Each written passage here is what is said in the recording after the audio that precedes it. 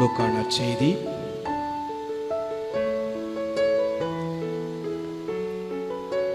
22வது பிரிவு 39 45 முடிய உள்ள வசனங்கள். அடையர்மாக எழுந்திருப்போ. ஆண்டவர் உங்களோடு இருப்பாராக, அம்மாவோடும் இருப்பாராக. தூய லூக்கா எழுதின நற்செய்தியிலிருந்து வாசகம். ஆண்டவரே, மாட்சி உமக்கே.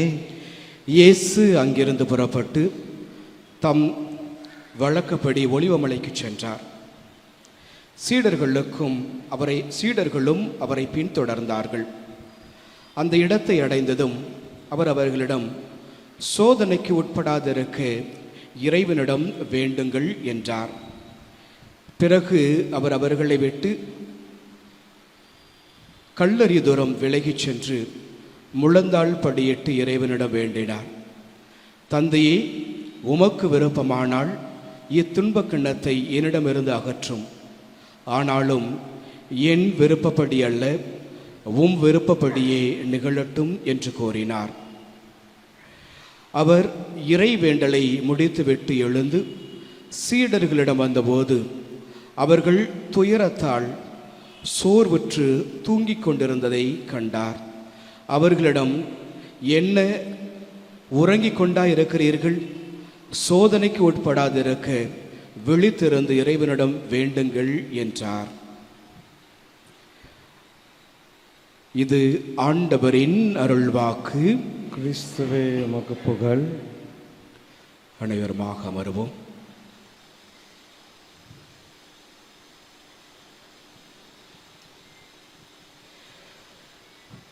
இறைவா, நான் மோயிசனை போல திக்குவாயனாக இருந்தால் நீர் ஆரோனாக இருந்து எனக்காக பரிந்து பேசும். இறைவா, நான் எசேயா இறைவாய்க்கினரை போல கரைவடிந்த நாவினை கொண்டிருந்தேன் என்றால் என் நாவை தொட்டு சுகப்படுத்தும்.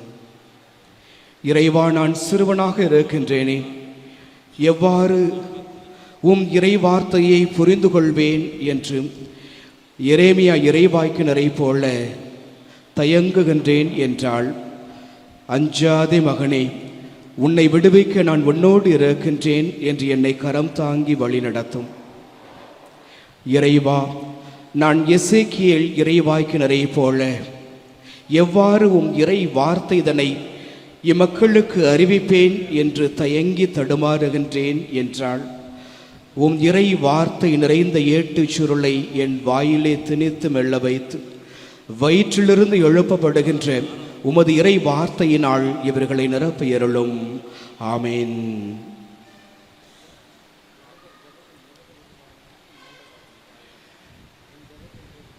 எனக்கு முன்பாக 2 அருள் பணியாளர்கள் உங்களுக்கு இறை செய்தியை கொடுத்தார்கள். நேற்றும் சரி அல்லது ஞாயிற்றுக்கிழமைகளிலும் சரி, அருள் தந்தை மரி அந்தோனியும் அருள் தந்தை பிரிட்டோ இவர்கள் இருவருமே ஸ்கிரிப்சர் ஸ்காலர்ஸ், விவிலிய பேராசிரியர்கள். விவிலியத்தை மையமாக வைத்து, இறை வார்த்தையை மையமாக வைத்து உங்களுக்கு இறை சிந்தனையை வழங்கினார்கள். நான் ஆன்மீகம் கற்றவன், ஸ்பிரிச்சுவாலிட்டியை கற்று ஆய்ந்து அறிந்து உங்கள் முன் இந்த நான் பெற்ற இந்த ஆன்மீகத்தை அல்லது செப வாழ்வை உங்கள் மத்தியில் பகிர்ந்து கொள்வதற்காக வந்திருக்கின்றேன். என்னுடைய பெயர் அந்தோணிராஜ். நானும் பிரிட்டோவும் ஒரே நாளில் தமிழகத்திலிருந்து உரோமைக்கு பயணம் செய்து வெவ்வேறு யூனிவர்சிட்டியில் உரோமையில் படித்தவர்கள், நல்ல நண்பர்கள். மரிய அந்தோனியும் அருள்பணி சுரேஷும் என்னுடைய கம்பானியன்ஸ். 13 ஆண்டுகளாக ஒன்றாக நாங்கள் குருத்துவ பயிற்சியில் பயின்றவர்கள். ஃபாதர் வில்சன் மிகச்சிறந்த ஒரு பாடகர், அவர் என்னுடைய உறவினர். இப்படி நாங்கள் அனைவருமே ஒன்றாக இணைந்து ஏறத்தாழ 10 ஆண்டுகளாக உடன் பயணித்து கொண்டிருக்கின்றோம். அதிலும் குறிப்பாக கடந்த 4 ஆண்டுகளாக இந்த தவக்கால நாட்களில் இணைந்து பயணப்படுகின்றோம். எதற்காக என்றால், அதிகமாக எங்களுடைய உரையாடல்கள் பிறரை பற்றியதாக, மறைமாநிலத்தை பற்றியதாக இருக்கவே இருக்காது. அதிகமாக இறையியல் சார்ந்ததாக இருக்கும், விவிலியம் சார்ந்ததாக இருக்கும், ஆன்மீகம் சார்ந்ததாக இருக்கும், இந்த சமூகம் சார்ந்ததாக இருக்கும். எனவேதான் like-minded group we have gathered together in order to preach the word of God. Madurai திருமங்கத்தில் இருக்கின்ற எங்களுடைய பங்கு பணியாளராக பணியாற்றி கொண்டிருக்கின்ற எனக்கு அதைவிட இந்த ஒற்றுமை, இந்த சகோதர பாசம், இந்த சகோதர உறவு அதிகமாக படுகிறது. எனவேதான் பங்கை விட்டு ஒரு பணியாளராக, ஒரு தொண்டனாக உங்களோடு நாங்கள் பணியாற்றி கொண்டிருக்கின்றோம். இன்று நாம் ஜெபத்தை பற்றி தியானிக்க இருக்கின்றோம். ஜெபம்னா என்னன்னு சொல்ல முடியுமா?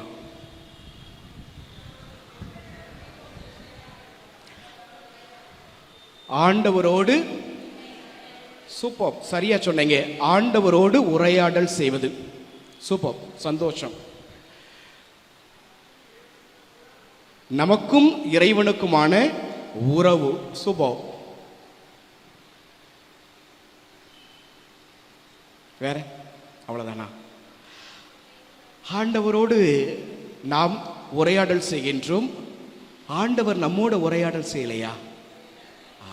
அப்போ ஜெபம் என்பது நமக்கும் ஆண்டவருக்குமான இந்த உறவில் நாம் ஆண்டவரோடு உரையாடல் செய்கின்றோம். ஆண்டவர் நம்மோடு உரையாடல் செய்கிறார். இயேசுவுக்கே புகழ், இயேசுவுக்கே நன்றி, மரியே வாழ்க.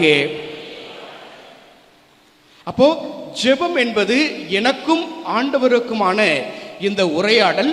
ஆனால் நானும் ஆண்டவரோடு உரையாடல் செய்கின்றேன், ஆண்டவரும் என்னோடு உரையாடல் செய்கிறார் அப்படி சொல்லி பார்க்கிறோம். எதெல்லாம் ஜெபம் இல்லை, முதல்ல தெளிவுபடுத்திடுறேன்.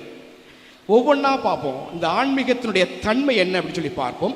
எதெல்லாம் ஜெபம் இல்லை அப்படின்னு சொல்லி பார்த்தீங்கன்னா, புனித அகுஸ்தினார் 3 காரணிகளை வெளிப்படுத்துகிறார், 3 காரணிகளை முன்வைக்கின்றார். அதுல முதலாவதாக, ஜெபிப்பவர் பாவ மனநிலையிலிருந்து ஜெபிக்கின்ற பொழுது அது ஜெபமாக ஏற்றுக்கொள்ளப்பட மாட்டாது. உங்களுடைய ஜெபத்தை ஏன் ஆண்டவர் கேட்கவில்லை என்பதை புனித அகுஸ்தினார் இவ்வாறாக சுட்டி காட்டுகிறார். பாவ மனநிலையிலிருந்து நீங்கள் ஆண்டவரிடத்திலே ஜெபித்தீர்கள் என்றால் உங்களுடைய ஜெபத்தை ஆண்டவர் ஏற்பதில்லை. முதலாவதாக. இரண்டாவதாக, உங்களுடைய நீங்கள் எடுத்துரைக்கின்ற இந்த ஜெபமும் உரையாடலும் ஒருவேளை பக்தியின்றி நீங்கள் ஜெபித்தீர்கள் என்றால் அந்த ஜெபத்தையும் ஆண்டவர் ஏற்றுக்கொள்வதில்லை.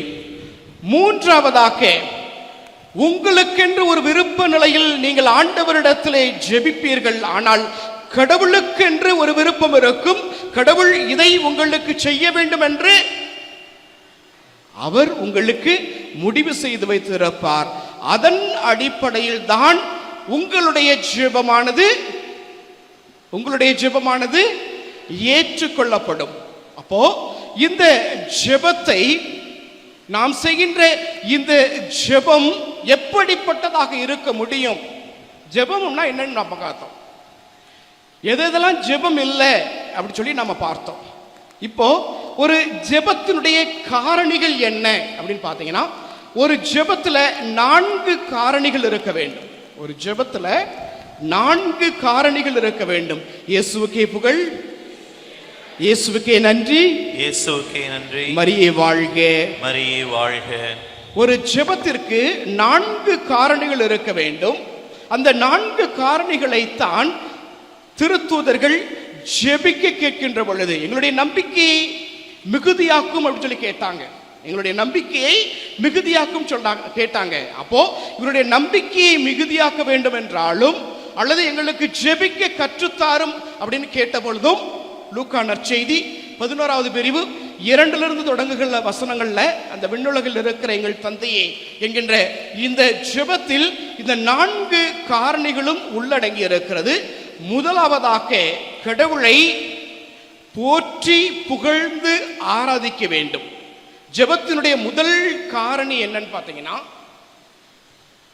glorify the Lord, magnify the Lord, adore the Lord. Glorify the Lord, magnify the Lord, adore the Lord. கடவுளை போற்றி புகழ்ந்து ஆராதிக்க வேண்டும். இது முதல் காரணி. இரண்டாவது காரணி, உங்களுடைய அன்றாட தேவையை மட்டும் கேட்டல். human need, asking the human need. இயேசுவுக்கே புகழ், இயேசுவுக்கே நன்றி, இயேசுவுக்கே நன்றி. மரியே வாழ்க, மரியே வாழ்க. அந்த 2 காரணிகள்ல முதல் காரணி கடவுளை போற்றி புகழ்ந்து ஆராதிக்க வேண்டும். இரண்டாவது, உங்களுடைய அன்றாட தேவையை மட்டும் ஆண்டவரிடத்துல எடுத்துரைத்து கேட்டு பெற்றுக்கொள்ளுதல். அப்ப அன்றாட தேவை அப்படின்னா உணவு, உடை, உறைவிடம். உணவு, உடை, உறைவிடம். உங்களுடைய அன்றாட தேவையை மட்டும் கேட்டு பெற்றுக்கொள்ளுதல். மூன்றாவதாக, நம்முடைய பாவங்களுக்காக, என்னுடைய பாவங்களுக்காக, என்னுடைய குழந்தைகளுடைய பாவங்களுக்காக, என்னுடைய உடன் பிறந்தவர்களுடைய பாவங்களுக்காக, என்னுடைய நண்பர்களுடைய பாவங்களுக்காக என பாவங்களுக்காக ஆண்டவரிடத்திலே மனம் வருந்தி மன்னிப்பு வேண்டுதல். மனம் வருந்தி மன்னிப்பு வேண்டுதல். நான்காவதாகத்தான் சப்ளிகேஷன் என்று சொல்லுவார்கள், வேண்டுதல் ஜெபமாக. கேளுங்கள், மத்தேயு நற்செய்தி 7வது பிரிவு 7வது வசனம் வாசிங்களேன்.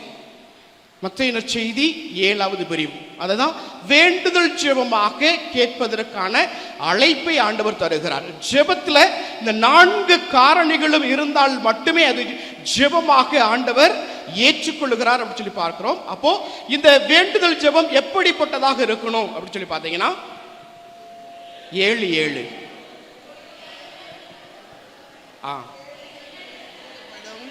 கேளுங்கள் உங்களுக்கு கொடுக்கப்படும், தேடுங்கள் நீங்கள் கண்டடைவீர்கள், தட்டுங்கள் உங்களுக்கு திறக்கப்படும்.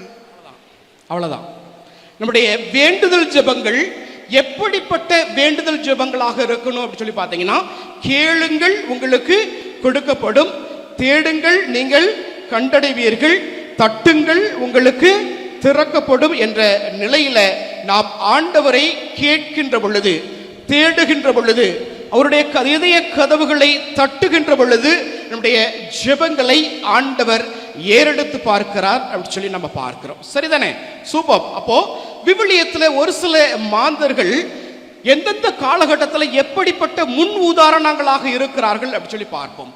முதல்ல பார்த்தோம் ஜெபம்னா என்ன, இரண்டாவதாக எதெல்லாம் ஜெபம் இல்லை அப்படின்னு சொல்லி பார்த்தோம், மூன்றாவதாக ஜெபத்திற்கான 4 காரணிகள் என்ன அப்படின்னு சொல்லி பார்க்கிறோம், நான்காவதாக ஒரு ஜெப அடையாளங்களாக விவிலிய மாந்தர்கள் யார் யாரெல்லாம் இருக்கிறாங்க அப்படின்னு சொல்லி பார்த்தீங்கன்னா, அதிகாலையில் தாவீதை போல ஜெபிக்கவும், நண்பகலில் தானியேலை போல ஜெபிக்கவும், நள்ளிரவில் பவுல் சீலாவை போல ஜெபிக்கவும், பாவ நிலையில் பேதுருவை போல ஜெபிக்கவும், துக்க காலத்தில் அண்ணாவை போல, பழைய ஏற்பாட்டு அண்ணாவை போல ஜெபிக்கவும், நோயற்ற காலத்தில் யோபுவை போல ஜெபிக்கவும், சிறுவயது காலத்தில் சாமுவேலை போல ஜெபிக்கவும், இளமையில் திமோத்தேயுவை போல, ஆயர் திமோத்தேயுவை போல ஜெபிக்கவும், முதிர் வயதில் சிமியோனை போல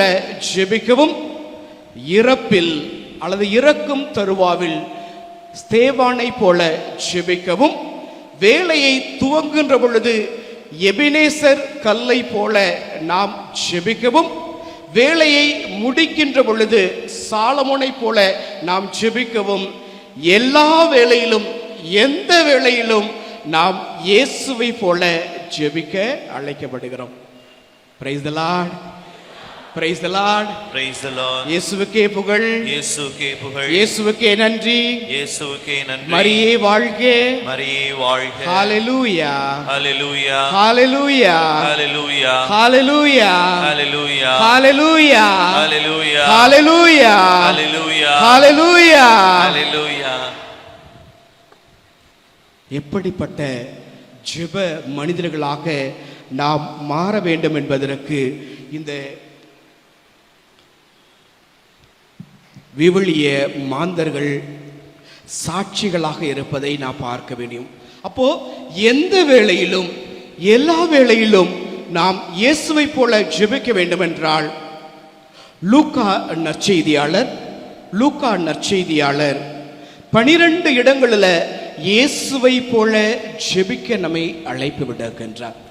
இயேசு 12 இடங்களில் லூக்கா நற்செய்தியில ஜெபிப்பதை நாம் பார்க்கின்றோம். அப்ப எந்த வேளையில ஜெபிக்க வேண்டும், எப்படிப்பட்ட வேளையில ஜெபிக்க வேண்டும், இயேசுவை போல நாம் ஜெபிக்க வேண்டும் என்றால் நாம் எப்படிப்பட்ட மனநிலையில் ஜெபிக்க வேண்டும் என்பதற்கு இயேசுவே ஒரு சாட்சியாக இருப்பதை லூக்கா நற்செய்தியர் மிக அற்புதமாக தெளிவுபடுத்துகிறார். அதன் அடிப்படையில் இயேசு 12 இடங்களில் லூக்கா நற்செய்தியில் ஜெபிக்கின்றார்.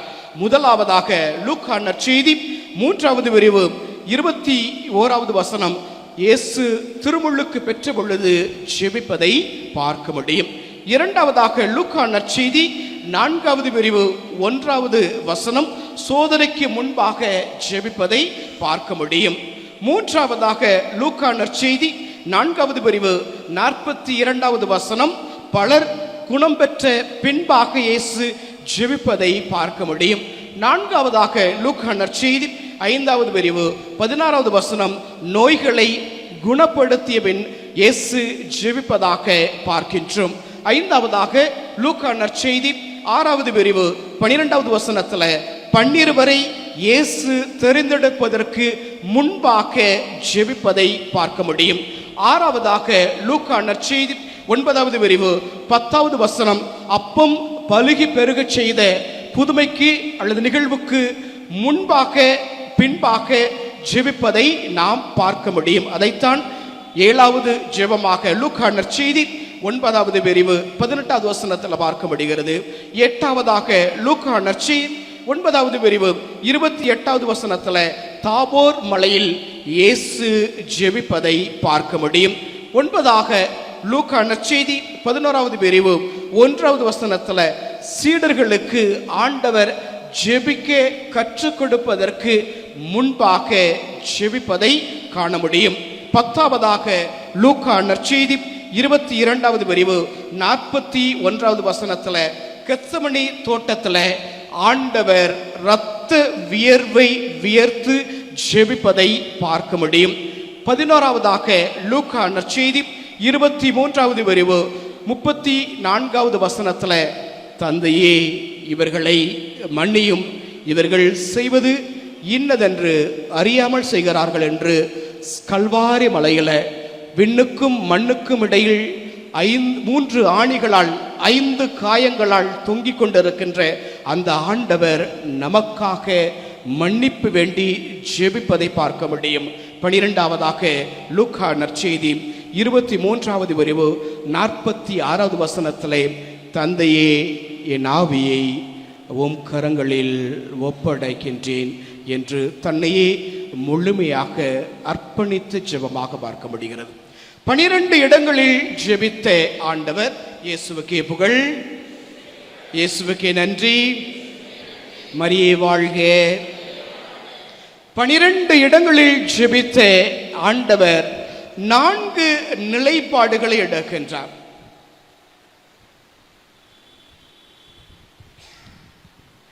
பனிரெண்டு இடங்களில் ஜெபித்த ஆண்டவர் 4 நிலைப்பாடுகளை எடுக்கிறார். எப்படிப்பட்ட நிலையில் ஆண்டவர் ஜெபிக்கிறார் என்று பார்க்கின்ற பொழுது,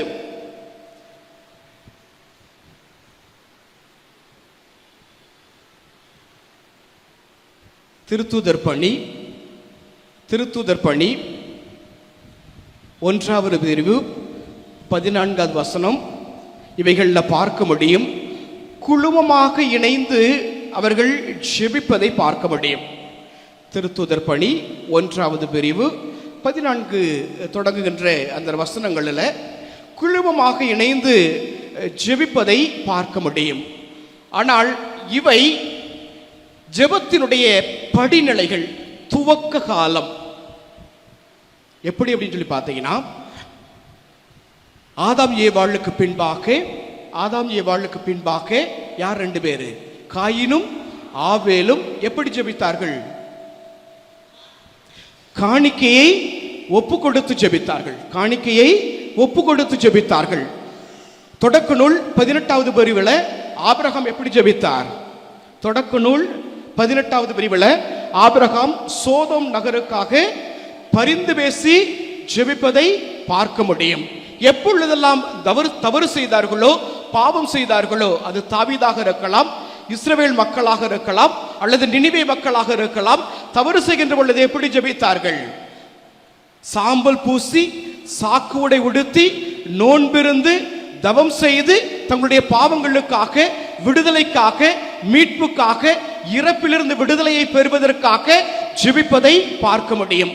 திருத்தூதர்கள் தங்களுடைய துன்ப காலத்துல, சோதனை காலத்துல ஒரே குழுமமாக இணைந்து எங்கே 2 3 ஒன்றாக இருக்கின்றார்களோ அங்கே அவர்கள் நடுவே நான் இருப்பேன் என்று ஜெபிப்பதை பார்க்க முடிகிறது. மத்தேயு நற்செய்தி 18வது பிரிவு 20வது வசனம் பாருங்க. மத்தேயு நற்செய்தி 18வது பிரிவு 20வது வசனம்.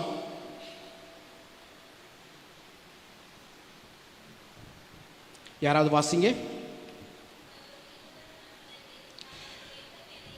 எங்கே 2 3 ஒன்றாய் குழுமி இருக்கின்றார்களோ அங்கே அவர்களிடவே நான் இருப்பேன் என்று ஒரே குழுமமாக நாம் சேர்ந்து இருக்கின்ற பொழுது ஆண்டவர் அங்கே நான் இருப்பேன் என்ற நம்பிக்கை நிமித்தமாக நீங்கள் ஜெபிக்கின்ற பொழுது என்னுடைய அருள் பிரசன்னம் இங்கு இருக்கும் என்ற நம்பிக்கையில் நாம் ஒரே குடும்பமாக இணைந்து ஜெபிப்பதற்கான அழைப்பை ஆண்டவர் தந்திருக்கிறார் என்றால், இந்த ஜெபங்கள் எல்லாம் ஜெபங்களா என்றால் நிச்சயமாக ஜெபங்கள் தான். ஆனால் ஜெபத்திற்கான துவக்க நிலையில் நாம் இருக்கிறோம் என்றுதான் விவிலியம் நமக்கு சுட்டி காட்டுகிறது. கஷ்டமா இருக்குங்களா? இல்லை. நாம் ஜெபமாலை ஜெபிப்பதாக இருக்கட்டும், நற்கருணை ஆராதனையில் பங்கு பெறுவதாக இருக்கட்டும், திருப்பலியில் பங்கு பெறுவதாக இருக்கட்டும், குழுமமாக இணைந்து அன்பியங்களாக ஜெபிப்பதாக இருக்கட்டும், அல்லது நம்முடைய பாவங்களுக்காக ஒன்றாக குழுமி வந்து மனவருந்தி ஆண்டவரிடத்தில் மன்றாடுவதாக இருக்கட்டும், தவக்காலத்தில் நாம் தவம் இருந்து ஜெபிப்பதாக இருக்கட்டும், இவை அனைத்துமே ஜெபத்தினுடைய துவக்க நிலையில் இருக்கின்றோம். நாம் அடுத்த நிலைக்கு நம்மை ஆண்டவர் ஜெபிப்பதற்காக அழைப்பு விடுக்கிறார்.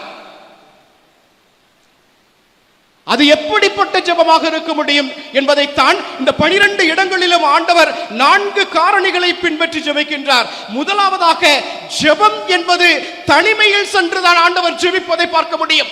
விவிலியத்தினுடைய அனைத்து பகுதிகளிலும் பார்க்க முடியும், ஆண்டவர் தனிமையில் சென்றுதான் ஜெபிக்கிறார். அதுதான் ஜெபத்தினுடைய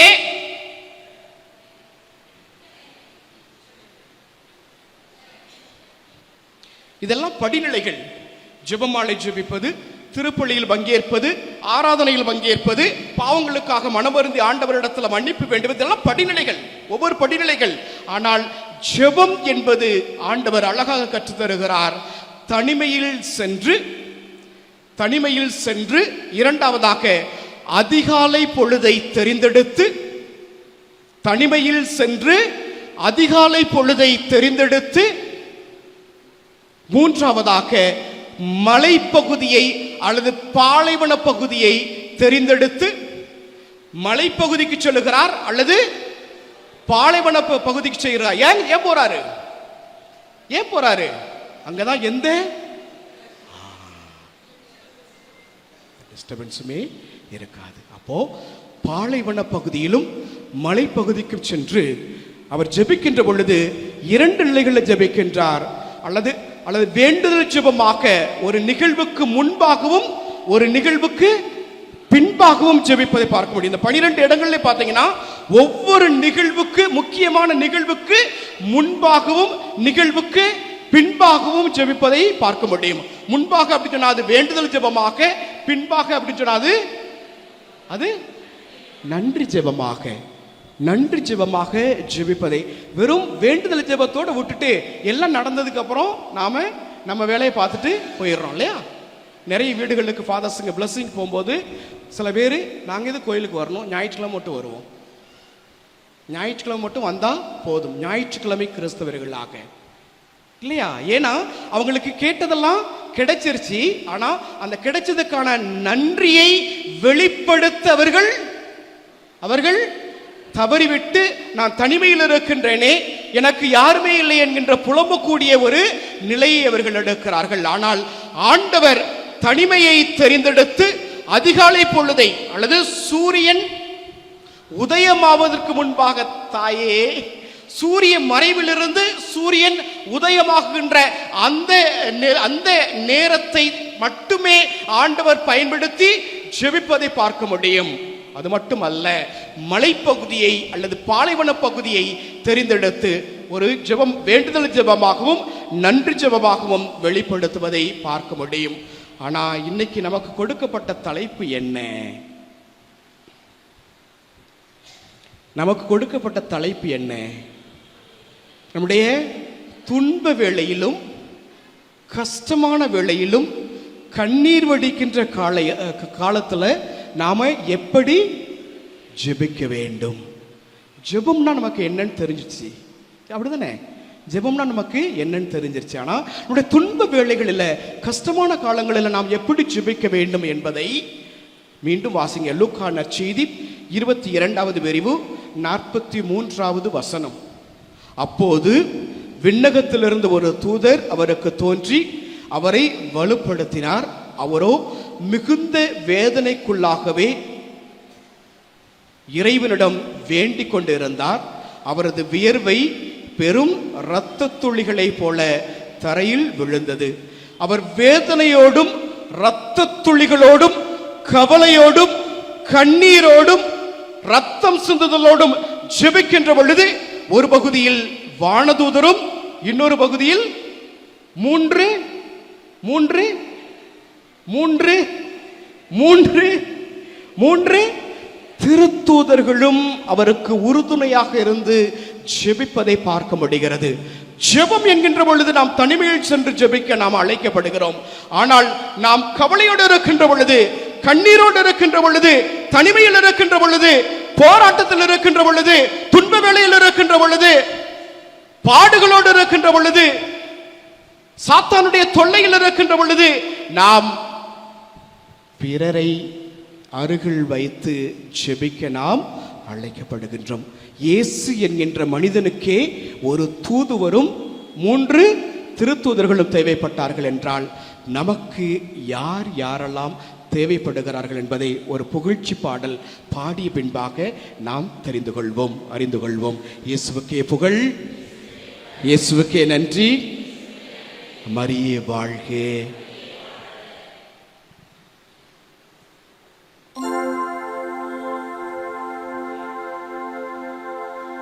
Praise the Lord.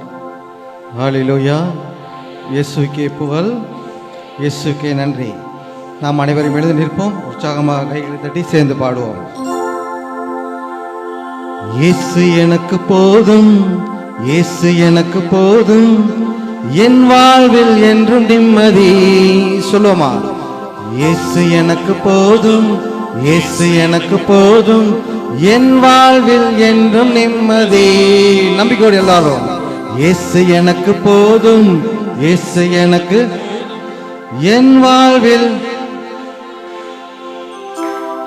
இயேசு எனக்கு போதும், இயேசு எனக்கு போதும், என் வாழ்வில் என்றும் நிம்மதி.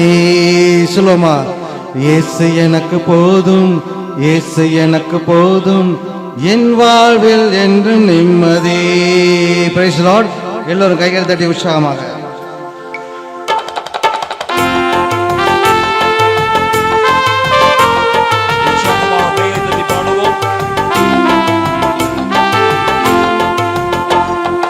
இயேசு எனக்கு போதும், இயேசு எனக்கு போதும், என் வாழ்வில் என்றும் நிம்மதி. இயேசு எனக்கு போதும், இயேசு எனக்கு போதும், என் வாழ்வில் என்றும் நிம்மதி. இல்லை குரல் எழுப்பி இயேசு எனக்கு போதும் இயேசு எனக்கு போதும். சத்தமா இயேசு எனக்கு போதும், என் வாழ்வில் என்றும் நிம்மதி. என்னை தேடி இங்கு வந்த இயேசு எனக்கு போதும், எனக்காக உயிர் கொடுத்த இயேசுவே நீர் மாத்திரம் எனக்கு போதும் என்று சொல்லி உற்சாகமாக சேர்ந்து குரல் எழுப்பி பாடுவோம். என்னை தேடி இங்கு வந்த இயேசு எனக்கு போதும், எனக்காக உயிர் கொடுத்த இயேசு எனக்கு. எல்லோரும் என்னை தேடி இங்கு வந்த எனக்காக உயிர் கொடுத்த, தேவைகளை சந்திக்கும், தேவையெல்லாம் சந்திக்கும், தேவைகளை சந்திக்கும். கேட்கல, தேடி என்னை மீட்டு கொண்ட ஆமென் இயேசு எனக்கு போதும், என் வாழ்வில். எல்லோரும் சத்தமா இயேசு எனக்கு போதும்.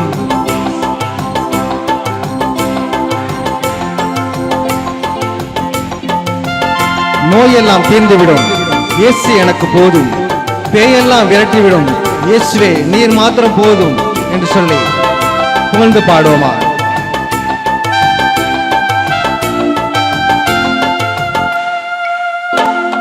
நோயெல்லாம் தீர்ந்துவிடும்,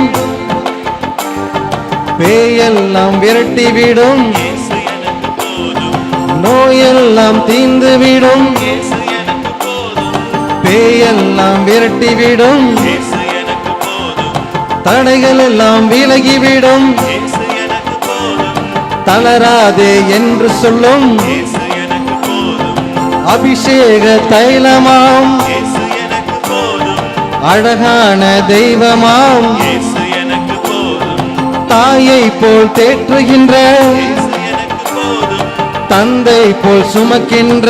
இயேசு எனக்கு ஆமென் இயேசு எனக்கு போதும், இயேசு எனக்கு போதும், என் வாழ்வில் என்றும் நிம்மதி.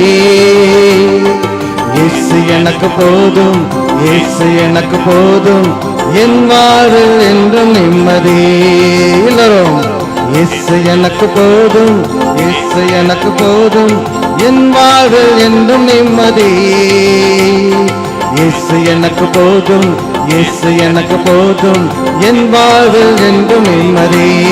கைகளை வைத்தி ஹல்லேலூயா ஹல்லேலூயா ஹல்லேலூயா ஹல்லேலூயா ஹல்லேலூயா ஹல்லேலூயா ஹல்லேலூயா ஹல்லேலூயா. குரல் எழுப்பி ஹல்லேலூயா ஹல்லேலூயா ஹல்லேலூயா ஹல்லேலூயா. கையில் தடி ஹல்லேலூயா ஹல்லேலூயா. கையில் தடி.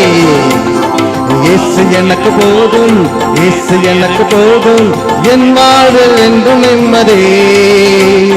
இயேசு எனக்கு போதும், இயேசு எனக்கு போதும், என் வாழ்வில் என்றும் நிம்மதி. இயேசு எனக்கு போதும், இயேசு எனக்கு போதும், என் வாழ்வில் என்றும் நிம்மதி. ஆமென். இயேசு எனக்கு போதும், இயேசு எனக்கு போதும், என் வாழ்வில் என்று நிம்மதி. சிலுவை பார்த்து கையை தூக்கி ஆண்டவருடைய பாடுபட்ட சிறுவத்தை பார்த்து இயேசு எனக்கு போதும், இயேசு எனக்கு போதும், என் வாழ்வில் என்றும் நிம்மதி. இயேசு எனக்கு போதும், இயேசு எனக்கு போதும், என் வாழ்வில் என்றும் நிம்மதி. Hallelujah. Hallelujah. Hallelujah. Hallelujah. Praise the Lord. Praise the Lord. இயேசுவுக்கே புகழ், இயேசுவுக்கே புகழ், இயேசுவுக்கே நன்றி. இயேசுவுக்கே நன்றி. மரியே வாழ்க. மரியே வாழ்க. அமருவோம்.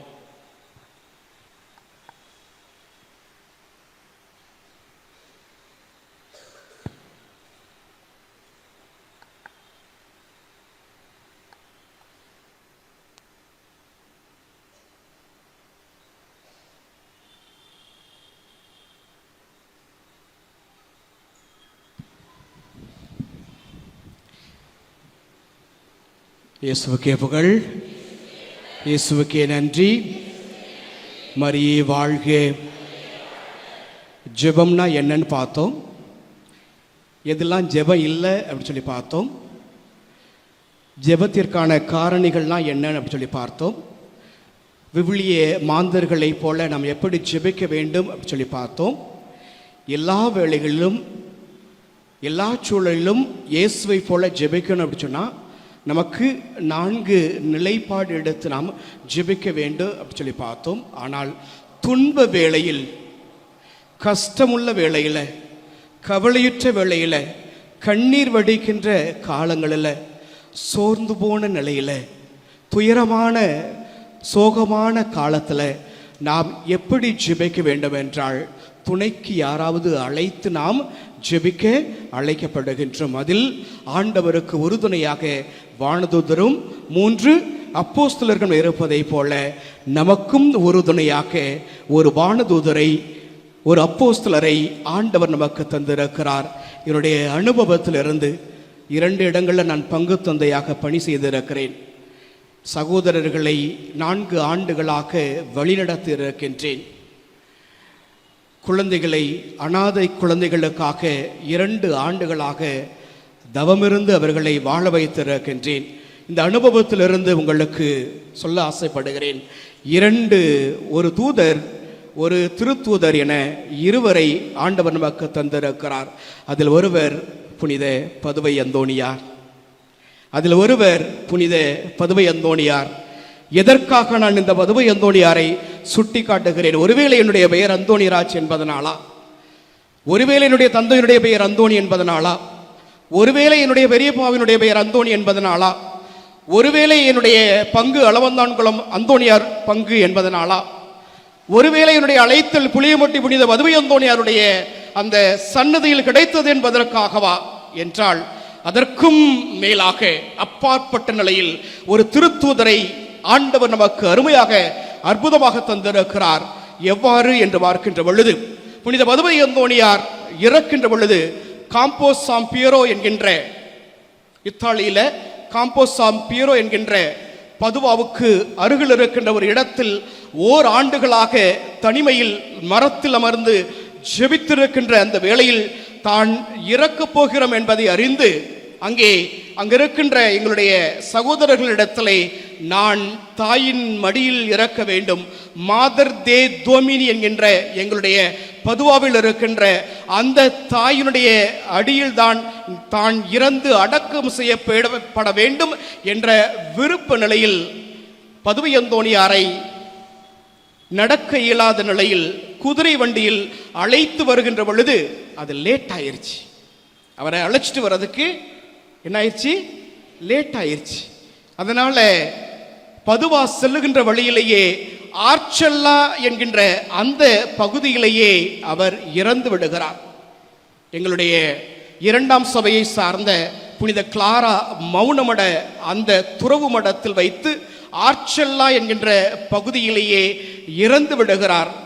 இறந்த உடனேயே பதுவை அந்தோணியார் மாபெரும் மனிதராக, மாபெரும் புதுமையாளராக, மாபெரும் பிரான்சிஸ்கன் துறவியாக அடையாளப்படுத்தப்பட்ட இந்த பதுவை அந்தோணியார் எங்கே இறந்து விட்டார் என்று தெரிந்தவுடன் மக்கள் கூடிவிடுவார்களோ அல்லது அவருடைய உடலை எடுக்க இயலாமல் சென்று விடுமோ என்ற அச்சத்தில் மறைமுகமாக அவருடைய உடலை மாதர்தே தோமினி என்கின்ற தாய்மடியில் எடுத்துச் செல்வதற்காக முயற்சி செய்த பொழுது இந்த மௌனமோட அருள் சகோதரிகள், கிளாரா சபையை சார்ந்த அருள் சகோதரிகள் அங்க இருக்கின்ற ஆர்ச்சல்லா இளைஞர்களை தூண்டிவிட்டு, ஏன்னா மாபெரும் மனிதர் எங்களுடைய இடத்துல இருந்திருக்கிறார், எங்க இடத்துல அடக்கம் செய்யப்படலாமே என்கின்ற நப்பாசையில இந்த இளைஞர்கள் ஒருபுறமாக பதுவை அந்தோணியார் இறந்து விட்டார் என ஒன்று கூடி அவரது உடலை எடுக்க இயலாமல் ஒருபுறமாக, மறுபுறமாக அவர் காம்போ சாம் பியரோ என்கின்ற பகுதியில் ஓராண்டுகளுக்கு மேலாக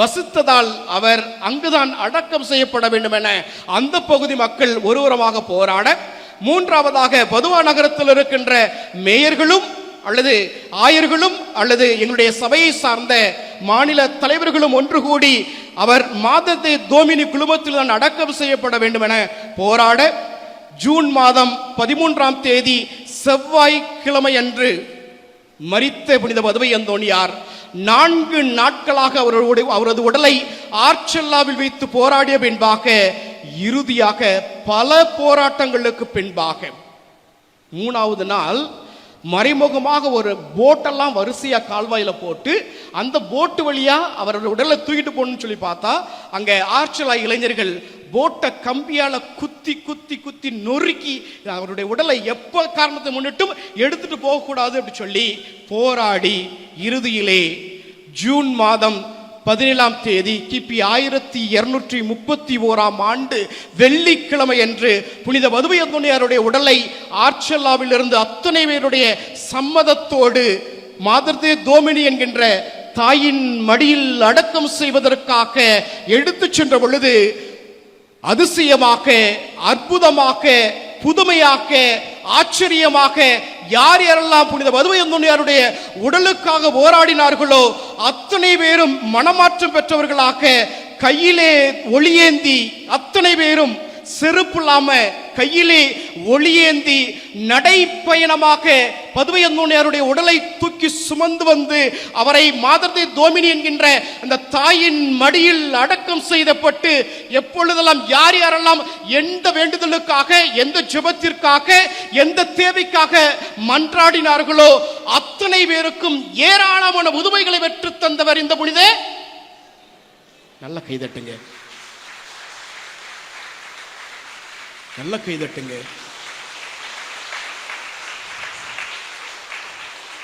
11 மாதத்தில் புனிதர் பட்ட நிலை கொடுத்த, புனிதர் பட்டம் கொடுக்கப்பட்ட இந்த புனித பதுவை அந்தோணியாருக்கு அறிவியல் பூர்வமாக, விஞ்ஞான பூர்வமாக, மருத்துவ பூர்வமாக அவர் செய்த மொத்த புதுமைகள் 53 புதுமைகள் எந்த புனிதருக்கும் கிடைக்கப்பெறாத மாபெரும் அதிசயத்தை, அற்புதத்தை, புதுமைதனை இந்த புனித பதுவை அந்தோணியார் செய்தார். அந்த 53 புதுமைகளில் ஒருவர் அருள் சகோதரி, மௌனமட அருள் சகோதரி. எதற்காக இந்த புனித பதுவை அந்தோணியார் துன்ப காலங்களில், சோதனை காலங்களில், கஷ்ட காலங்களில், கண்ணீர் வடிக்கின்ற காலங்களில் இவருடைய பரிந்துரையை நாடி தேடி வருகின்ற பொழுது அதிசயங்களை, அற்புதங்களை, புதுமைகளை செய்கிறார் என்று பார்த்தீர்கள் என்றால், கிபி 1981ஆம் ஆண்டு ஜனவரி மாதம் 6ஆம் தேதி அவருடைய இறந்த 750வது ஆண்டினுடைய நிறைவை முழுமை செய்வதற்காக மறைந்த புனித 2ஆம் ஜான் பால் புனித பதுவை அந்தோணியாருடைய கல்லறையை திறப்பதற்கான அனுமதியை கொடுத்தார். அது மிக நீண்ட நெடிய நிகழ்வு. அதில் ரத்தின சுருக்கமாக உங்களிடத்தில் சொல்ல ஆசைப்படுகின்றேன். இந்த புனித பதுவை அந்தோணியாருடைய உடல்கள் 3 பொதியல்களாக பொதியப்பட்டு அந்த சவப்பட்டியில் வைக்கப்பட்டிருந்தது. அந்த சவப்பட்டியே அழியாமல் இருந்தது என்பது மிகப்பெரிய புதுமை, மிகப்பெரிய ஆச்சரியம். அதில் அந்த 3 பொதியப்பட்ட அந்த பொதியல்களில் அவருடைய எலும்புக்கூடுகளை உடல்கூறு ஆராய்ச்சியாளர்கள் ஆராய்ச்சி செய்து இவ்வாறாக புனித பதுவை அந்தோணியார் எப்படிப்பட்ட இறப்பை சந்தித்தார் என்பதை குறிப்பிடுகிறார்கள். முதலாவதாக புனித பதுவை அந்தோணியாருடைய இந்த 2 முட்டியினுடைய கீழ்பாதம், முட்டி பகுதி, 2 முட்டியினுடைய எலும்புகள் எல்லாம் வீங்கி இருப்பதாக உடல் கூறு ஆராய்ச்சியாளர்கள் சுட்டி காட்டுகிறார்கள். இது எதை குறிக்கிறது என்றால், தான் இறக்கும் வரை ஓராண்டுகளாக கடுமையான நோயினாலும், கடுமையான துன்பங்களாலும், கடுமையான வேதனையினாலும், கடுமையான கஷ்டங்களாலும் அவதிப்பட்ட புனித பதுவை அந்தோணியார் தன்னுடைய சதைப்பகுதி மட்டுமல்ல, தன்னுடைய எலும்புகளும் வீங்கக்கூடிய அளவுக்கு வலியோடும் வேதனையோடும் முழந்தாள் படியிட்டு உலகத்தில் இருக்கின்ற அனைத்து மக்களுக்குமாக ஜெபித்ததாக அவருடைய உடல் கூறு ஆராய்ச்சி இன்று நமக்கு சுட்டி காட்டுவதை பார்க்க முடிகிறது. Price the Lord, praise the Lord. இரண்டாவதாக, ஓராண்டுகளாக மரத்திலே ஒரு குகை அமைத்து, ஒரு குடில் அமைத்து, அந்த குடிலே அமர்ந்து அல்லது முழந்தாள் படியிட்டு ஜெபித்த அந்த புனித பதுவை அந்தோணியாருடைய அந்த உடல் கூறு எலும்புகள் ஆராய்ச்சியினுடைய அடிப்படையில் அவருடைய 2 கால் பாதத்து எலும்புகளும் வீங்கி இருந்ததாக அந்த உடல்கூறு ஆராய்ச்சியாளர்கள் சுட்டி காட்டுகிறார்கள்.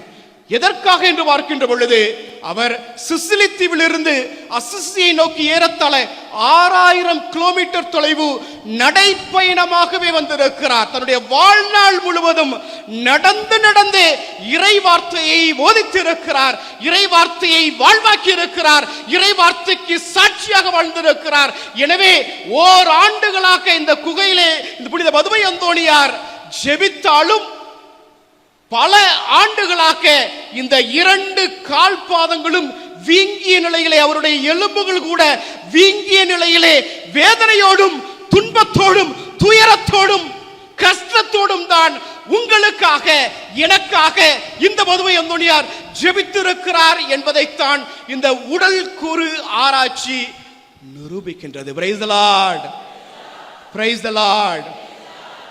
மூன்றாவதாக அவர் டிராப்சி என்கின்ற இந்த நுரையீரல் என்ன சொல்றது, நுரையீரல்ல நீர்க்கட்டுதல், நுரையீரல்ல நீர்க்கட்டுதல் என்ற டிராப்சி நோயில இறந்தார் என்பதுதான் வரலாறு. ஆனால் உண்மையிலேயே இந்த உடல் கூறு ஆராய்ச்சியினுடைய அடிப்படையில்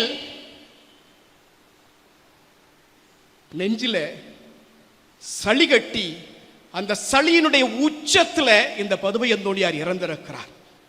நெஞ்சில சளி கட்டி அந்த சளியினுடைய உச்சத்துல இந்த புனித பதுமை அந்தோணியார் இறந்திருக்கிறார் என்றால் அவர் அந்த ஓராண்டுகளாக காம்போ சான் பியரோ என்கின்ற அந்த இடத்தில் 40 நாட்களாக அவர் ஆற்றிய மறையுரைதான் உலகத்திலேயே மிகச்சிறந்த தவக்கால மறையுரை. நாங்களாம்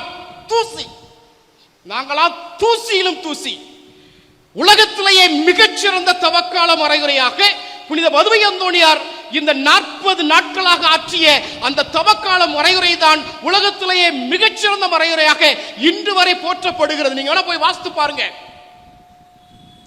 அந்த மறையுரையை எப்படிப்பட்ட நிலையில் மைக் இருந்துச்சா, இன்னைக்கு பாருங்க தண்ணி குடிச்சுக்கிட்டே இருக்கிறேன், ஏன்னா எனக்கு நாக்கு வறண்டுறது இப்பெல்லாம் மைக்க தொட்டம்னாலே.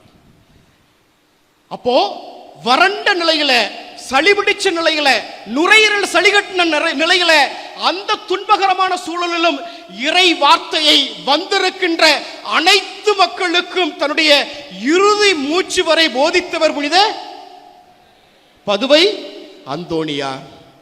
இயேசுவுக்குள் பிரியமானவர்களே, இயேசுவுக்குள் பிரியமானவர்கள், எதற்காக உங்களுக்கு இந்த புனித பதுமை அந்தோணியாருடைய ஆன்மீகத்தை, வாழ்வை, துயரத்தை, கஷ்டத்தை, துன்பத்தை சுட்டி காட்டுகிறேன் அப்படின்னு சொல்லி பார்த்தீங்கன்னா, நான் இருக்கிற இந்த மதுரை திருமங்கலம் பங்குல நான் வந்த உடனேயே ஒவ்வொரு செவ்வாய்க்கிழமைகளிலும் புனித பதுமை அந்தோணியாருக்கு, நான் ஒரு ஆராய்ச்சியாளர் அப்படிங்கிறதுனால புனித பதுமை அந்தோணியாரை பற்றிய மறையுரைகளை கொடுத்து அந்த மக்களிடத்தில் எப்படி அவருடைய கல்லறையில் காலில் செருப்பு இல்லாம திருப்பயணமாக பயணித்து அந்த மக்கள் இன்று வரை அவருடைய கல்லறையில் ஜெபிக்கிறார்களோ, ஏராளமான கோடிக்கணக்கான புதுமைகளை செய்த அதே பதுமை அந்தோணியார் உங்களுக்கும் நிச்சயமாக புதுமைகளை, அதிசயங்களை, அற்புதங்களை செய்வார் என்ற நம்பிக்கையிலே திருப்பலி முடிந்த பின்பாக மெழுகுதிரி ஏந்தி புனித பதுமை அந்தோணியாருடைய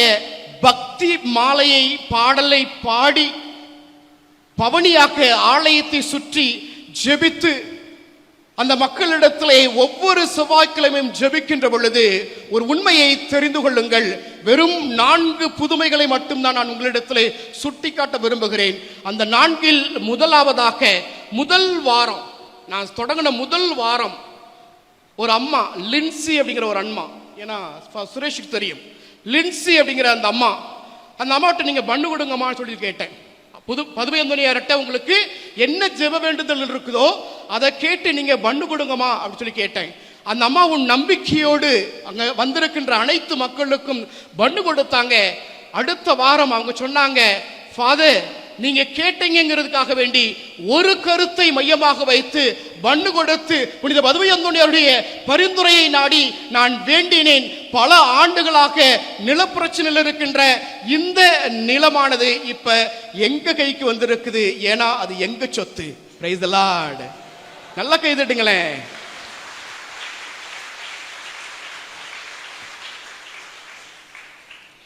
இரண்டாவதாக ஜெயந்தி தாமோதரன் அப்படிங்கிற அம்மா. ஜெயந்தி, ஏன்னா அவங்களாம் இன்னும் மதுரை திருமங்கலத்துல இருக்கிறாங்க. என் பேரோட சொல்றேன். எதுக்காக சொல்றேன்? பேரோட சொல்றேன். ஜெயந்தி தாமோதரன் அப்படிங்கிற அம்மா. இந்த அம்மாவும் ஃபாதர் அந்தோனியார்ட்ட வேண்டிக்கோங்க ஃபாதர்.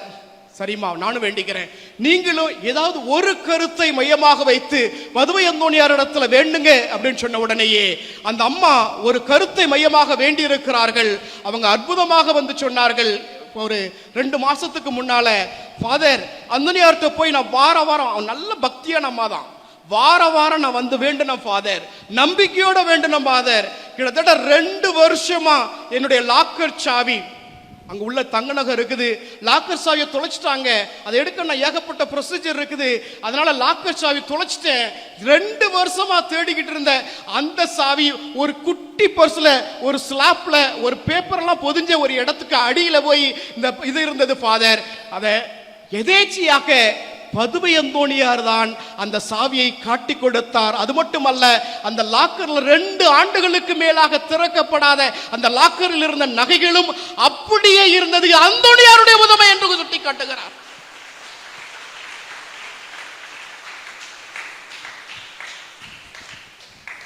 மூன்றாவதாக கிருஷ்ணன் என்கின்ற ஒரு இந்து மனிதன் காலு நடக்க முடியாம பேரலிட்டிக் ஆகி சுரேஷ் கூட அங்க திருப்பலி வைத்திருக்கிறார்.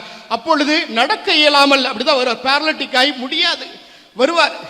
அவரிடத்துல நான் சொன்னேன், நம்பிக்கையோட ஜெபிங்க, அந்தோனியார்ட்ட வேண்டுங்க, இது மட்டும்தான் எனக்கு சரியாகணும்னு சொல்லி வேண்டுங்க. நீங்க இந்துவாக இருக்கலாம், ஆனால் நம்பிக்கையோட வேண்டுங்க, என்ன சொல்றது, உறுதியாக வேண்டுங்க, உறுதிப்பாடோட வேண்டுங்க. நிச்சயமாக புனித மதுவை அந்தோனியார் தன்னுடைய பரிந்துரையின் பேரில் அதிசயத்தை பெற்றுத் தருவார் என்று இந்த மெழுகுதிரி ஏந்தி பவனியாக்க மெதுவா மெதுவா மெல்ல மெல்ல மெல்ல மெல்ல மெல்ல மெல்ல வந்து வந்து வந்து வந்து வந்து வந்து வந்து இன்று அருமையாக அற்புதமாக நடக்கக்கூடியவராக இருக்கிறார். அதுதான் புனித மதுவை அந்தோனியார். நல்ல கைதட்டுங்க. நான்காவதாக நான் மொபைல் நம்பர் வேணா தர தயாராக இருக்கிறேன். ஜான் ஜோஷுவா என்கின்ற பாஸ்டர், அவர் தான் எங்களுக்கு வாரம் பண்ணு வாங்கி கொடுக்கிறவர். ஐ மீன், மற்றவங்க ஒவ்வொரு நாளும் ஒவ்வொருத்தர் ஸ்பான்சர் பண்ணுவாங்க, இருந்தாலும் அந்த பண்ணை வாங்கிட்டு வந்து கொடுக்கறதுல அவருக்கு ஒரு தனி ஆர்வம், அந்தோனியார் மீது இருக்கின்ற தனி பக்தி, அதுவும் எங்களுடைய மறையுறையில் இருக்கின்ற அந்த ஆர்வத்தை கண்டு ஒவ்வொரு செவ்வாய்க்கிழமை வருகின்ற இந்த ஜான் ஜோஷுவா அப்படிங்கிற இந்த பாஸ்டர் எதிர்பாராத விதமாக செல்போனை தொலைச்சிட்டார். தொலைச்ச அடுத்த நிமிஷமே அந்தோனியார்கிட்ட காணாமல் போன பொருட்களை கண்டெடுக்க செய்தவரான புனித அந்தோனியாரே, எனக்கு ஒண்ணு அந்த செல்போனை வாங்கி கொடு, இல்லைன்னா எனக்கு ஐபோனை கொடு. அவர் வேண்டிய சாட்சியாக வந்து சொன்ன, ஏன்னா அவர் பாஸ்டருங்கிறதுனால சாட்சியா சொல்ல வச்சேன். ஒண்ணு காணாமல் போனதை கண்டெடுக்க செய்த புனித மதுவை அந்தோனியாரே, ஒண்ணு எங்க காணாம போன செல்போனை கொடு, இல்லைன்னா ஐபோனை கொடு. அடுத்த நாள் காலையில அந்த அம்மா யாருன்னே தெரியாதான். அடுத்த நாள் காலையில் அந்த அம்மா யாருன்னே தெரியாதான் வந்து, இந்தாங்க பாஸ்டர் உங்களுடைய செல்போன், இந்தாங்க பாஸ்டர், நல்லா தெரிஞ்சுக்கோங்க, யாருன்னே அவருக்கு தெரியாது, இந்தாங்க பாஸ்டர் உங்களுடைய செல்போன். பதுவை அந்தோனியார். நல்ல கைதட்டுங்களேன்.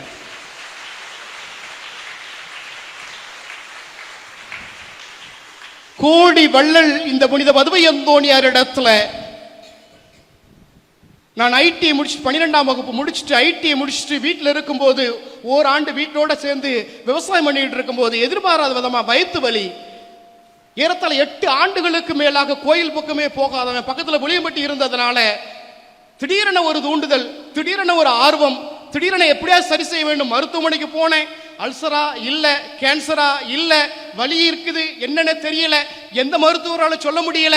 எனக்கு ஒரே தஞ்சம், ஏன்னா ஊருக்கு போனா கேவலமா நினைப்பாங்க. 8 வருஷமா கோயில் பக்கமே போகல. அதனால பக்கத்தில் இருக்கிற புளியம்பட்டி புனித அந்தோனியார் கோயிலுக்கு போய் 13 செவ்வாய்க்கிழமைகள் 13 மெழுகுதிரிகளை ஏந்தி 13 மெழுகுதிரிகள் வைத்து அந்தோனியாருடைய சுரூபத்தின் முன்பாக 3வது வாரத்தில் நான் ஜெபிக்கின்ற பொழுதே என்னுடைய வயிற்று வலி சரியாகியது. Praise the Lord. Praise the Lord.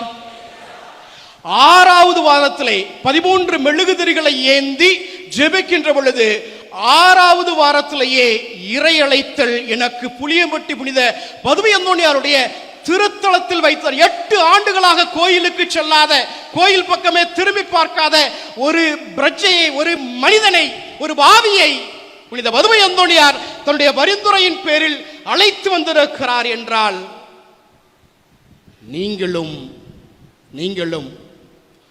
கண்ணீரோடு இருக்கின்ற பொழுது, கவலையோடு இருக்கின்ற பொழுது, பாடுகளோடு இருக்கின்ற பொழுது, துன்பத்தோடு இருக்கின்ற பொழுது, ஒரு சீக்கிரட் உங்களுக்கு சொல்லித்தரேன். தூங்க போறதுக்கு முன்னால உங்களுடைய வாசல் படியில 21 நாள் மெழுகுதிரி பத்த வைத்து நீங்கள் புனித பதுவை அந்தோணியாருடைய பரிந்துரையை நாடி பாருங்கள். நிச்சயமாக உங்கள் கவலைகளை தீர்ப்பார். Praise the Lord, praise the Lord, hallelujah, hallelujah, hallelujah. 21 நாள் செஞ்சு பாருங்க.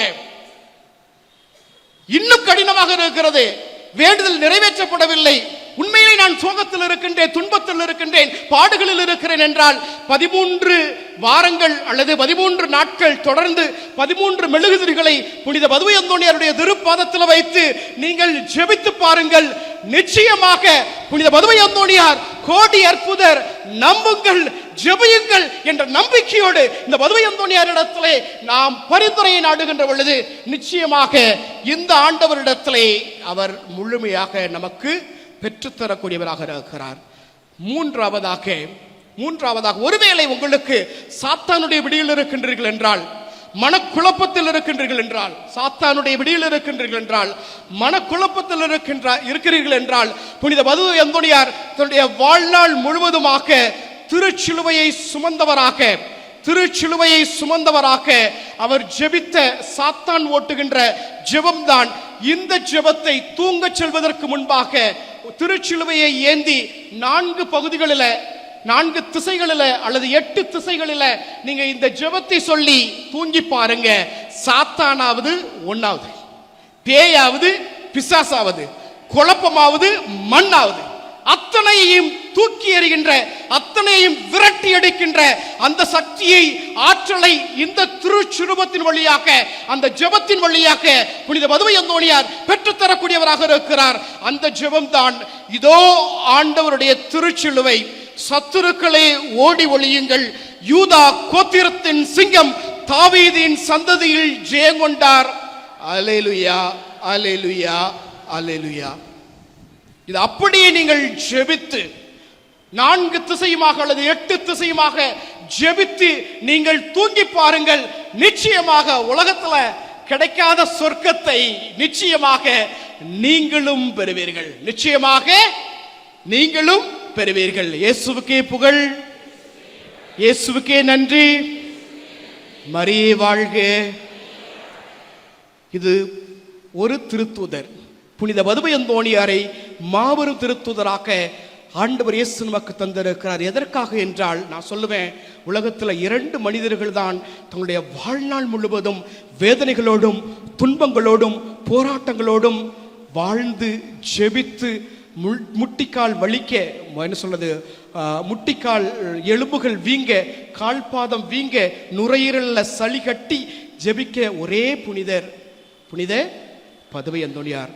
நீங்க பட்ட அனைத்து துன்பங்களுக்கு மேலான துன்பங்களை அனுபவித்ததால் அவரால் புதுமைகளை செய்ய இயலுகிறது. சும்மா ஒன்றும் சொல்லல, நான் நீங்கள் படுகின்ற துன்பங்களுக்கு மேலான துன்பங்களை புனித பதுவை அந்தோணியார் உலகத்தில் மற்ற புனிதர்களை விட அதிகமான துன்பங்களை அனுபவித்ததால் இன்று உங்களுக்கு கோடி அற்புதராக புனித பதுவை அந்தோணியார் வாழ்வதை பார்க்க முடிகிறது.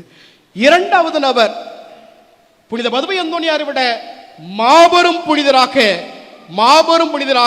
புனித பதுவை அந்தோணியார் புதுமைகளை செய்வதற்கு காரணியாக அல்லது மிகச்சிறந்த ஒரு கருவியாக இருவர் இருந்தார்கள். ஒருவர் நற்கருணை ஆண்டவர். நற்கருணை ஆண்டவருடைய பக்தி முயற்சியை பரப்பியதில் முதன்மையான பங்கு புனித பதுவை அந்தோணியாருக்கு உண்டு. அசசி பிரான்சிஸ் கிளாராவுக்கு அடுத்த நிலையில முதன்மையான பங்கு புனித பதுவை அந்தோணியாருக்கு உண்டு. நற்கருணை ஆண்டவரை முழுமையாக ஆராதித்து வணங்கிய புனித பதுவை அந்தோணியார் அதற்கு ஈடு இணையாக தாய் மரியாள் மீது, எங்க இருக்காங்க, தாய் மரியாள் மீது அதிகமான பற்றும் அதிகமான பக்தியும் கொண்டிருந்தார். காரணம், புனித மதுவை அந்தோணியாரை விட உலகத்திலேயே அதிகமான துன்பங்களை, துயரங்களை, கஷ்டங்களை, கண்ணீரை, கவலையை அனுபவித்தவள் இந்த உலகத்திலேயே ஒரே ஒரு பெண் இந்த தாய் மரியாள் தான். கருவில் உருவாகின்ற பொழுது விபச்சாரியாக, கரு வெளியில் வருகின்ற பொழுது எகிப்து நாட்டில் அகதியாக, வெளியில் வந்து நாசரேத்தில் தங்குகின்ற பொழுது கணவனை இழந்த கைம்பெண்ணாக, நாசரேத்திலிருந்து கல்வாரி மலையில கைவிடப்பட்ட பெண்ணாக, கைவிடப்பட்ட நிலையிலும் அதோடு அந்த ஆண்டவர் சும்மா விட்டுருக்கலாம், இன்னொரு மனிதனிடத்திலே, நற்செய்தியாளர் யோவானிடத்திலே தத்து தாயாக என தன்னுடைய வாழ்நாள் முழுவதும் துன்பத்தையும் துயரத்தையும் வேதனையையும் கண்ணீரையும் சுமந்தவர் இந்த தாய் மரியாள். இந்த துன்பத்திலும் துயரத்திலும் கூட தன்னுடைய வாழ்நாள் இறுதி வரை திருத்தூதர்களோடு, எனவேதான் திருத்தூதர் பணி 1வது பிரிவு 14வது வசனத்தில் பார்க்க முடிகிறது. திருத்தூதர் பணி 1வது பிரிவு 14 தொடங்குகின்ற வசனங்களிலே பார்க்க முடிகிறது. தாய் மரியாள் தன்னுடைய மகனோடு மட்டுமல்ல, திருத்தூதர்களோடும் சீடர்களோடும் இணைந்து தன்னுடைய வாழ்நாள் முழுவதும் ஆண்டவரிடத்திலே மன்றாடியதை பார்க்க முடிகிறது. அப்ப அந்த தாயினுடைய சிறப்பு என்ன, தாயினுடைய மகத்துவம் என்ன? ஒரு திருத்தூதர் புனித மதுவை அந்தோணியார் என்றால், இன்னொரு தூதுவர் அல்லது என்ன சொல்றது, வானதூதர் தாய் மரியாளை நமக்கு ஒரு கொடையாக கொடுத்திருக்கிறார். இந்த தாய் மரியாளுடைய சிறப்பு என்ன அப்படின்னு பார்த்தீங்கன்னா, இதுவரைக்கும் நான் சொல்லல. ஏன்னா ஒருவேளை என்னை தவறாக சித்தரித்திடக்கூடாது, என்ன பெரிய ஆளாக நினைச்சிடக்கூடாதுங்கிற பயத்துல, அச்சத்துல அமைதியாக இருந்தேன். நாங்கெல்லாம் சேர்ந்து கலந்து பேசுகின்ற பொழுது எதற்காக நமக்கு நமக்கு நமக்கு கிடைக்கப்பெற்ற அந்த புதுமைகளை வெளிப்படுத்துவதில் என்ன தவறு இருக்கிறது, மக்கள் புரிந்து கொள்ள வேண்டும் என்பதற்காக என்னுடைய சகோதரர்கள் கேட்டுக்கொண்ட அந்த நிலையில் தான் முதலாக ஒரு உண்மையை உங்களுக்கு சுட்டிக்காட்ட விரும்புகிறேன். கிருஷ்ணகிரியில பாலக்கோடுக்கு அருகில் இருக்கின்ற கெசரக்குழி அப்படிங்கிற ஒரு முகாமுக்கு 2004ஆம் ஆண்டு நானும் சுரேஷும் மரியந்தோனி நாங்களாம் கம்பானியன்ஸ் ஒவ்வொரு என்ன சொல்றது இலங்கை அகதிகள் முகாமுக்கு பணிக்காக சென்ற பொழுது அந்த தலைவர் வந்து சொன்னாங்க, இந்த முகாம் ரொம்ப ரொம்ப கஷ்டமான ஒரு முகாம், போனவங்களுக்கு சாப்பாடு கிடைக்காது, டீ கிடைக்காது, எதுவுமே கிடைக்காது, கஷ்டப்பட முடியும், துன்பப்பட முடியும், அப்படிங்கிறவங்க போங்க, இல்லைன்னா தயவு செஞ்சு போக வேண்டாம் அப்படின்னு உடனே இவங்க தான் எனக்கு சுட்டி காட்டினாங்க, ஆண்டனி அதுக்கு தகுதியானால் அவனால முடியும் அப்படின்னு சொன்ன உடனேயே அங்க போனா 2 பிரிவுகள், அடிதடி, சண்டை, கொலை, கொள்ளை, எல்லாமே 2 பிரிவுகள். ஊர் தலைவர் ஒரு பக்கம், இன்னொரு புறம் இன்னொரு பிரிவு என 2 பிரிவுகளாக இருக்கிறது. எங்களுக்கு கொடுக்கப்பட்ட பொறுப்பு என்னன்னா, சகோதரர் என வெளிப்படுத்தாமல் அனுபவத்தை பெற வேண்டும் என்பதற்காக அங்கு அனுப்பப்பட்ட பொழுது அதில் ஒரு பிரிவினர் நான் சிஐடி நினைச்சிட்டாங்க, இன்னொரு பிரிவினர் நான் விடுதலை புலி அப்படின்னு நினைச்சிட்டாங்க. கடைசியாக அவர்களிடத்திலே நான் எப்படி இவர்களை புரிந்து கொள்வது, எப்படி இவர்களிடத்தில் மன்றாடுவது, எப்படி இவர்களை சேர்த்து வைப்பது, எப்படி இவர்களிடத்திலே பணி செய்வது, எப்படி இந்த மக்களை நான் புரிந்து கொள்வது என்று தாயினிடத்திலே ஜெபிக்கின்ற பொழுது, அப்ப எப்பவுமே ஜெபமாலை வச்சிருப்பேன், இப்ப கொஞ்சம் மாடர்ன் ஆயிட்டேன், எப்பவுமே ஜெபமாலை வச்சிருப்பேன். தாய் தான் எனக்கு எல்லாமுமா, இல்ல அந்தோணியார் தான் எனக்கு எல்லாமுமா இருந்த அந்த நிலையில தாயிடத்திலே அழுது உரம்பி மன்றாடுகின்ற பொழுது அதிசயமாக இந்த தாய் 3 அற்புதங்களை நிகழ்த்தி காட்டினார். முதலாவதாக ஒரு பெண்ணானவர் பைத்தியம், முழு பைத்தியம், யாருமே பக்கத்துல போக முடியாது, அப்படி திட்டுவாங்க, கெட்ட வார்த்தை திட்டுவாங்க, வாய்க்கு வந்ததெல்லாம் திட்டுவாங்க. நான் ஏதாவது இந்த மக்களுக்கு செஞ்சாகணுமே, கொடுக்கப்பட்ட கடமையை செய்தாகணுமே. இப்படி 2 பிரிவுகளாக இலங்கையிலிருந்து அகதிகளாக வந்து வெட்டும் கொள்ளையுமா இருந்து சீரழிந்து கொண்டிருக்கிறார்களே, இந்த மக்களை எப்படியாவது சேர்த்து விட வேண்டும் என்ற நம்பிக்கையிலே தாயினிடத்திலே மன்றாடி ஜெபித்த அந்த வேளையிலே முதலாவதாக எனக்கு தோன்றியது, இந்த பெண்ணிடத்திலே நான் பேசுவேன்,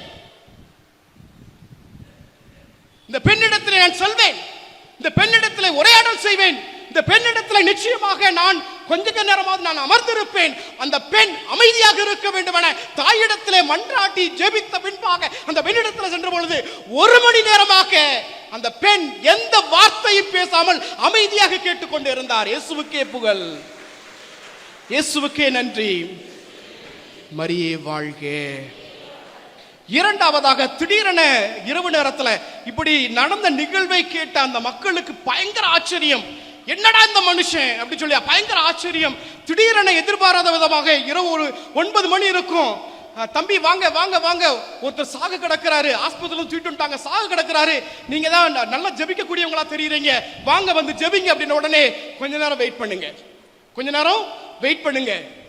நன்றாக மன்றாடி விட்டு தாயிடத்திலே முழுமையாக ஒப்பு கொடுத்து விட்டு, தாய் தான் நீதான் எனக்கு எல்லாமுமாக இருக்கிறீர், இந்த ஊருக்கு ஏதாவது செய்ய வேண்டும், இந்த மக்களுக்கு ஏதாவது செய்ய வேண்டும், இந்த மக்களை சமாதானத்திலே ஆழ்த்த வேண்டும், எங்களுடைய ஃபவுண்டர் அசிசி பிரான்சிஸ் அவருடைய வழியை பின்பற்றி அமைதியின் மக்களாக அவர்களை வாழச் செய்ய வேண்டும் என்ற நம்பிக்கையோடு விடாமுயற்சியோடு தாய் மரியாதத்திலே மன்றாடி விட்டு அந்த ஆணிடத்திலே சென்று, சாக கிடக்கின்ற அந்த ஆணிடத்திலே சென்று மன்றாடி தொடர்ந்து ஜெபித்து அழுது புலம்பி கண்ணீர் வடித்து தாயினுடைய பரிந்துரையை நாடிய பொழுது அங்கேயே அப்படியே மனிதன் எழுந்தவர் தான்.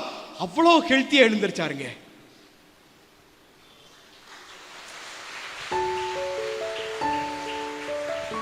Praise the Lord. Praise the Lord. Hallelujah. Hallelujah. Hallelujah.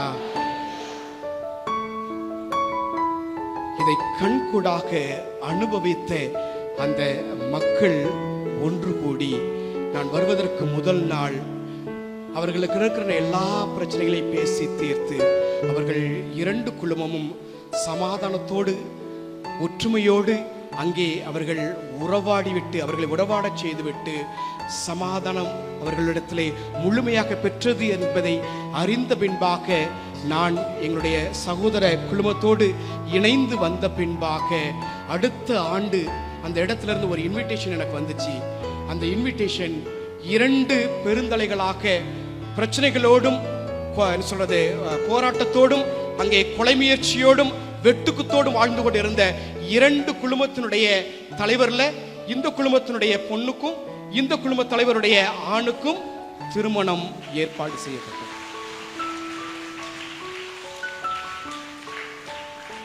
இயேசுவுக்கே புகழ், இயேசுவுக்கே நன்றி. மரியே வாழ்க. நம்புங்கள், ஜெபியுங்கள், இந்த தூதுவர்களை நீங்கள் கரம்பிடியுங்கள். புனித மதுவை அந்தோணியார் ஒருபுறம், தாய் மரியாள் இன்னொரு புறமாக நீங்கள் கரம் பற்றி பாருங்கள். நிச்சயமாக உங்களுக்கும் ஆண்டவர் கேட்பதற்கு மிகுதியான அதிசயங்களை, அற்புதங்களை உங்களுடைய கடின காலங்களில், துன்பங்காலங்களில், கண்ணீர் வடிக்கிற காலங்களில் நிச்சயமாக செய்வார். ஆமேன்.